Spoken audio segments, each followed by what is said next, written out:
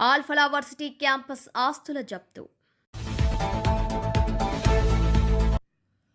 Road మరమ్మతులు చేసిన Kazipet traffic పోలీసులు. సంక్రాంతి పండుగలో జూదాలకు తావు లేదు. Mummidivaram circle inspector Mohan Kumar.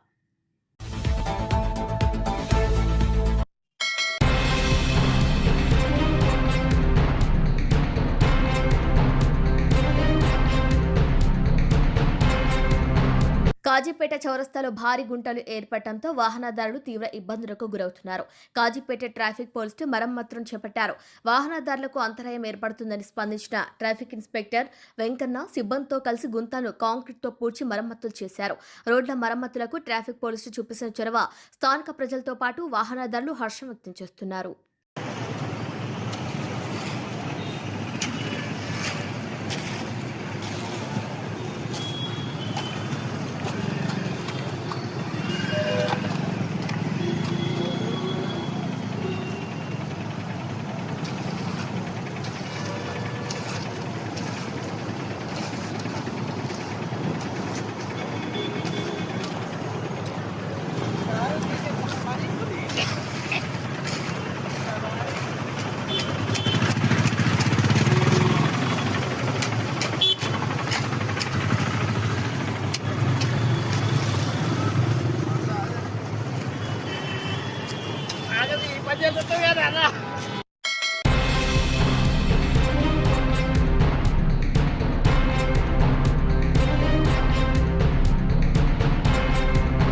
ఢిల్లీలోని ఎర్రకోట వద్ద జరిగిన పేలుడు కేసులో కీలక పరిణామం చోటు చేసుకుంది.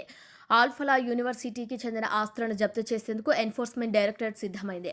ఢిల్లీలోని ఎర్రకోట వద్ద జరిగిన పేలుడు కేసుతో సంబంధం ఉన్న వ్యవహారంలో ఆల్ఫలా విద్యా సంస్థల చైర్మన్ జావేద్ అహ్మద్ సిద్దిక్ని గత నవంబర్లో ఈడీ అరెస్టు చేసిన విషయం తెలిసిందే. హర్యానాలోని ఫరీదాబాద్లో ఉన్న ఈ యూనివర్సిటీ భవనాలు అక్రమ మార్గాల్లో వచ్చిన నిధులతోనే నిర్మించినట్లు అధికారులు అనుమానిస్తున్నారు. ఈ నేపథ్యంలో మనీ లాండరింగ్ నిరోధక చట్టం కింద చర్యలు తీసుకునేందుకు ఈడీ రంగం సిద్ధం చేస్తోంది. ఇప్పటికే ఆల్ఫలా ట్రస్ట్కు చెందిన స్థిర చరాస్తుల విలువలను అంచనా చేసే ప్రక్రియ చేపట్టినట్లు సమాచారం. ఈ మదింపు పూర్తయిన వెంటనే యూనివర్సిటీ ఆస్తులను జప్తు చేసే అవకాశం ఉందని విశ్వసనీయ వర్గాలు వెల్లడించాయి.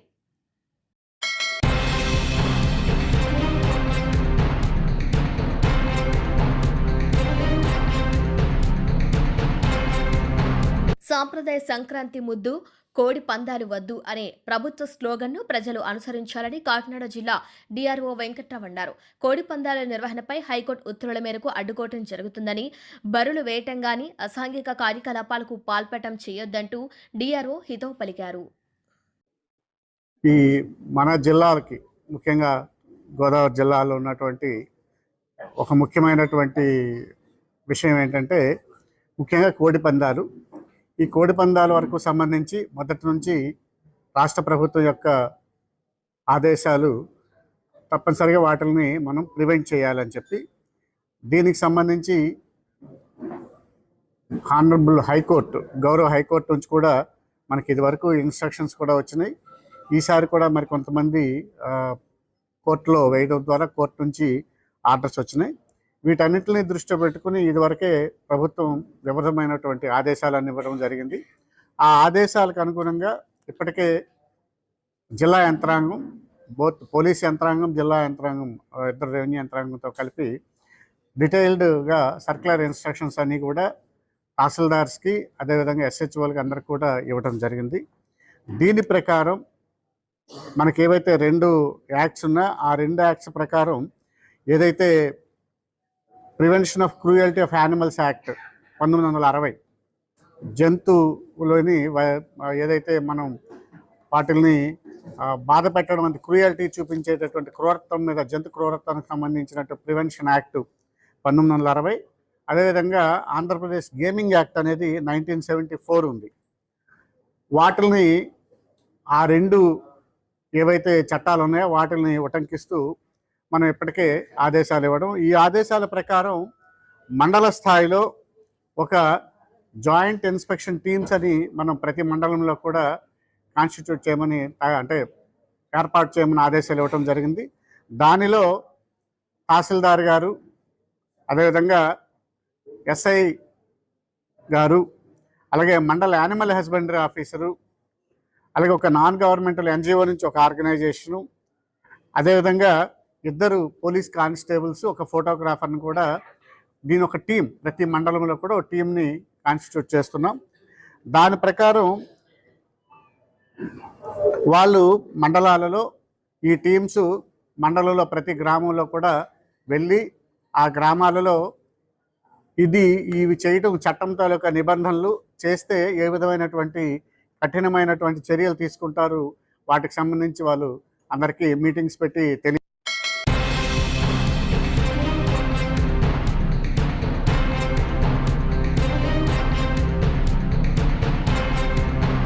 కూటమి ప్రభుత్వం ఏర్పడిన తర్వాత రాష్ట్రంలో పరిశ్రమలతో పాటు పర్యాటక ప్రాంతాల అభివృద్ధి ధ్యేయంగా ముందుకు కొనసాగుతోంది. ఏపీ పర్యాటక శాఖ మంత్రి కందుల దుర్గేష్ వెల్లడించారు. కడప జిల్లాలో జరుగుతున్న గండికోట ఉత్సవాల ప్రారంభోత్సవానికి ముఖ్య అతిథిగా హాజరైన ఆయన మాట్లాడుతూ చరిత్రకు అద్దం పట్టేలా ఉన్నటువంటి రాజుల కాలం నాటి గండికోట అభివృద్ధికి కేంద్ర ప్రభుత్వం పర్యాటకంగా అభివృద్ధి చేసేందుకు 70 కోట్ల రూపాయలకు పైగా నిధులు మంజూరు చేయటం, ఈ ప్రాంతానికి వచ్చే పర్యాటకులకు అన్ని విధాల వసతులు కల్పించేందుకు ఒబెరాయ్ లాంటి సంస్థలు 5 స్టార్ హోటల్ నిర్మాణం చేపట్టేందుకు ముందుకు వచ్చిందని, ఆ పనులు కూడా ప్రస్తుతం కొనసాగుతున్నాయని వెల్లడించారు. రాష్ట్ర ముఖ్యమంత్రి చంద్రబాబు అటు కేంద్ర ప్రభుత్వం కలిసి గండికోటను అభివృద్ధి చేసేందుకు స్థానిక ప్రజాప్రతినిధులను కలుపుకొని ముందుకు కొనసాగుతున్నాయని, రానున్న రోజుల్లో తెలుగు సంస్కృతికి గత చరిత్ర కళలైన తోలుబొమ్మలాట, చెక్క భజన, కోలాటం వంటి కార్యక్రమాలను ఉత్సవాలు ప్రదర్శించడం ఆనందంగా ఉందన్నారు. అనంతరం సాంస్కృతిక కార్యక్రమంలో భాగంగా తెలంగాణకు చెందిన గాయని మంగ్లీ పాడిన పాటలు వినేందుకు పెద్ద ఎత్తున తరలివచ్చిన ప్రజలు ఆసక్తిగా వీక్షించారు.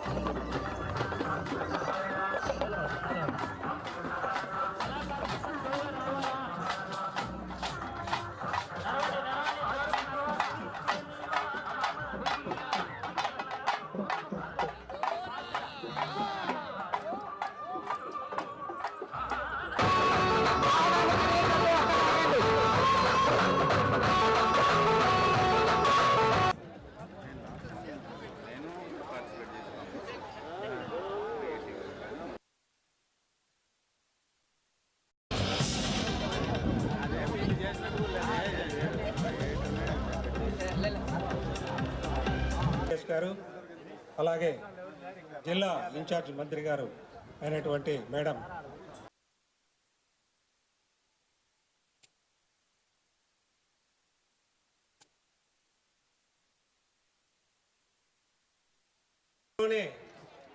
గ్రాండ్ కానియన్ ఆఫ్ ఇండియాగా పేరుగాంచి అనతి కాలంలోనే ప్రపంచవ్యాప్తంగా పర్యాటకులను ఆకర్షించే ప్రజలకే కాకుండా ప్రభుత్వం ఏర్పడిన తర్వాత ముఖ్యమంత్రి గారి యొక్క ప్రోత్సాహంతో మేమందరం గట్టిగా కేంద్ర ప్రభుత్వంతో మాట్లాడి కేంద్ర ప్రభుత్వం పర్యాటక శాఖ ద్వారా మనకి సాస్కీ నిధుల కింద 78 కోట్ల రూపాయలని శాంక్షన్ చేసుకోవడం జరిగింది. అందులో భాగంగా ఇక్కడ ఉన్నటువంటి గండికోటని పరిరక్షించుకోవడంతో పాటు అదేవిధంగా మరో పక్కన ఇక్కడ ఉన్నటువంటి ప్రకృతి అందాలని చూపించడంతో పాటు ఇక్కడ ఒక రోజు కోసం వచ్చేటువంటి సందర్శకులు 4-5 రోజులు ఉండే విధంగా వసతి సౌకర్యం ఏర్పరచడానికి వీలుగా రూములు, అదేవిధంగా కెఫెటేరియాలు, అదేవిధంగా అడ్వెంచర్ స్పోర్ట్స్. ఇక్కడ ప్రధానంగా అడ్వెంచర్ స్పోర్ట్స్ అనే దానికి చాలా అవకాశం ఉన్నటువంటి ప్రాంతం ఇది. అడ్వెంచర్ స్పోర్ట్స్కి సంబంధించిన ట్రైనింగ్ సెంటర్ను కూడా ఇక్కడ ఏర్పాటు చేయాలనేటువంటి కార్యక్రమం. ఇలా వీటిని చేస్తూ దీంతోపాటు కనెక్టివిటీకి సంబంధించింది ఇవాళ ఇక్కడ స్థానికంగా ఉన్నటువంటి ప్రజాప్రతినిధి శ్రీ ఆదినారాయణ రెడ్డి గారు, ఆయన కూడా ఇక్కడ పంచాయతీరాజ్ శాఖ వారి సహకారంతో ఇక్కడ కనెక్టివిటీని, రోడ్లు కనెక్టివిటీని ఏర్పాటు చేయటం, చుట్టూ R&B రోడ్ల కనెక్టివిటీని పెంచడం, ఇలా చేసుకోవడం ద్వారా దీనికి వచ్చేటువంటి సందర్శకులకి ఇబ్బంది లేకుండా వారు సులువుగా ఈ ప్రాంతానికి చేరుకుని ఇక్కడ అందాలను చూసే విధంగా చేయాలనేటువంటి కార్యక్రమం. దాంతోపాటు ఈ మధ్యకాలంలో పర్యాటక రంగానికి ముఖ్యమంత్రి గారు ఇచ్చినటువంటి పారిశ్రామిక హోదా, పరిశ్రమలకు ఏ రకమైనటువంటి ఇన్సెంటివ్స్ ఇస్తున్నామో ఆ ఇన్సెంటివ్స్ ఇవ్వడం అనేటువంటి కార్యక్రమం వల్ల ఇవాళ ఇక్కడ పబ్లిక్ ప్రైవేట్ పార్ట్నర్షిప్ పద్ధతిలో అనేక పెట్టుబడులు పెట్టడానికి అనేక మంది ముందుకు వస్తూ ఉన్నారు. అందులో భాగంగానే ఒబరాయ్ హోటల్ వాళ్ళు కూడా ఇక్కడికి వచ్చి 5 స్టార్ హోటల్ ఇక్కడ నిర్మించడానికి సిద్ధంగా ఉన్నారు. తాజ్ హోటల్ వాళ్ళు వచ్చారు. అదేవిధంగా అట్మాస్ఫియర్ కోర్ అనేటువంటి వారు కూడా ఇక్కడ కడితే ఎలా ఉంటుందనేటువంటి ఆలోచన కూడా చేస్తున్నారు. ఇవన్నీ ఎందువల్ల జరుగుతున్నాయంటే ఒక పక్కన గండికోటకు ఉన్నటువంటి ప్రాముఖ్యత ఒక పక్కన ఉండగా మరో పక్కన ప్రభుత్వం యొక్క ప్రోయాక్టివ్ రోల్ వలన ఇవన్నీ జరుగుతూ ఉన్నాయి. ప్రభుత్వం సంపూర్ణంగా సహకరించడం వల్ల దీన్ని మీరు సాస్కీ నిధులతో ప్రారంభించే కార్యక్రమానికి ముఖ్యమంత్రి గారే స్వయంగా వచ్చి శంకుస్థాపన చేసిన సందర్భాన్ని కూడా మీరు చూశారు.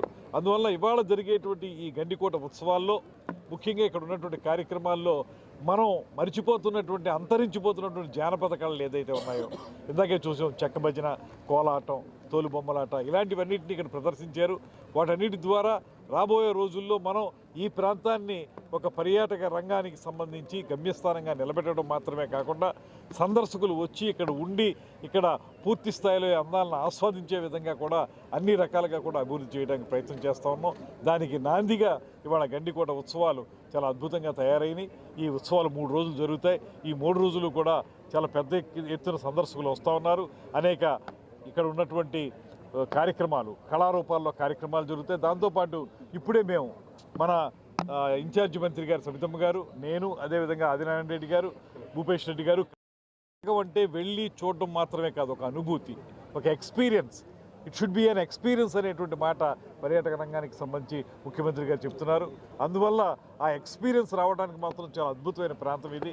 అటువంటి అద్భుతమైనటువంటి ప్రాంతానికి సంబంధించి ఈ కార్యక్రమాన్ని ఏర్పాటు చేయడంలో కలెక్టర్ గారు తీసుకున్నటువంటి చొరవకి ప్రత్యేకంగా వారికి కూడా అభినందనలు తెలియజేస్తూ సెలవు తీసుకున్నారు.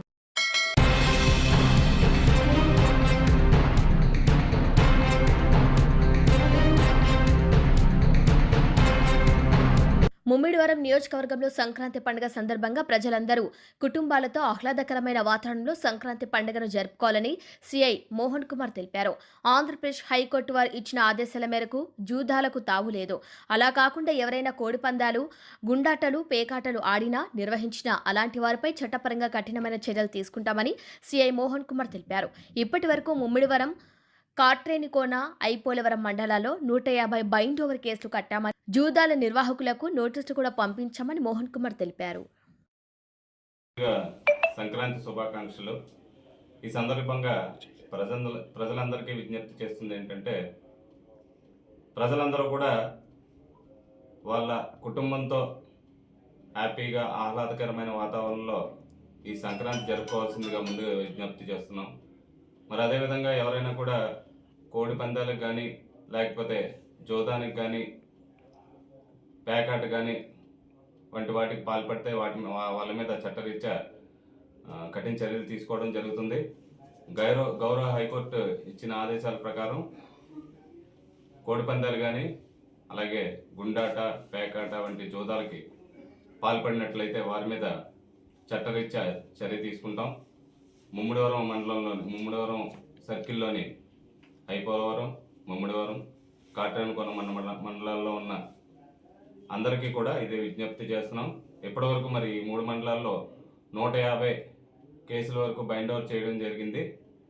మరి వాళ్ళందరికీ కూడా నిర్వాహకులకు కూడా చెప్తున్నాము, వాళ్ళందరికీ నోటీసులు కూడా ఇచ్చాము. మరి ఈ సందర్భంగా కోడిపందాలు, గుండాట, పేకాట అనేటువంటి నిషేధించడం జరిగింది. అటువంటి వాటికి పాల్పడితే చట్టరీత్యా కఠిన చర్యలు తీసుకుంటాం.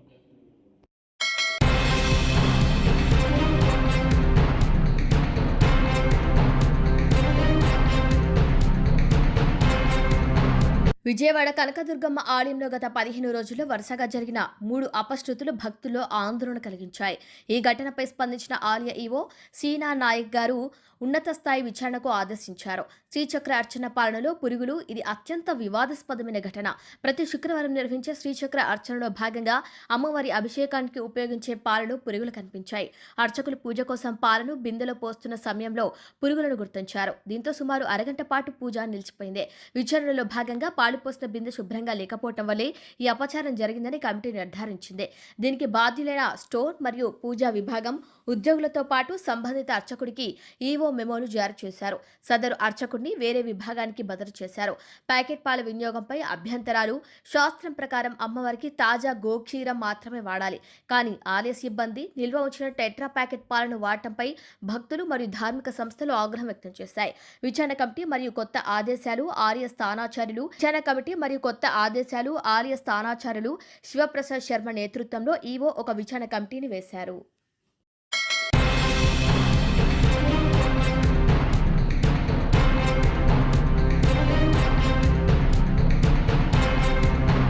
ప్రధాని నరేంద్ర మోదీ సోమనాథ్ ఆలయంలో మహాశివుడికి ప్రత్యేక పూజలు, అభిషేకాలు నిర్వహించారు.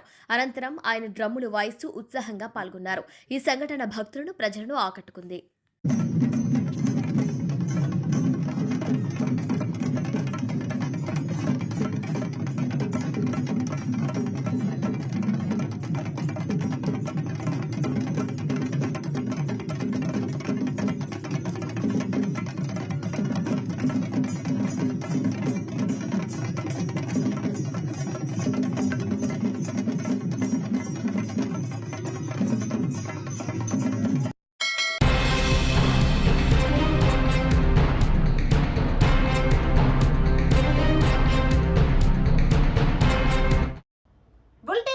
ముందు హెడ్లైన్స్ మరొకసారి.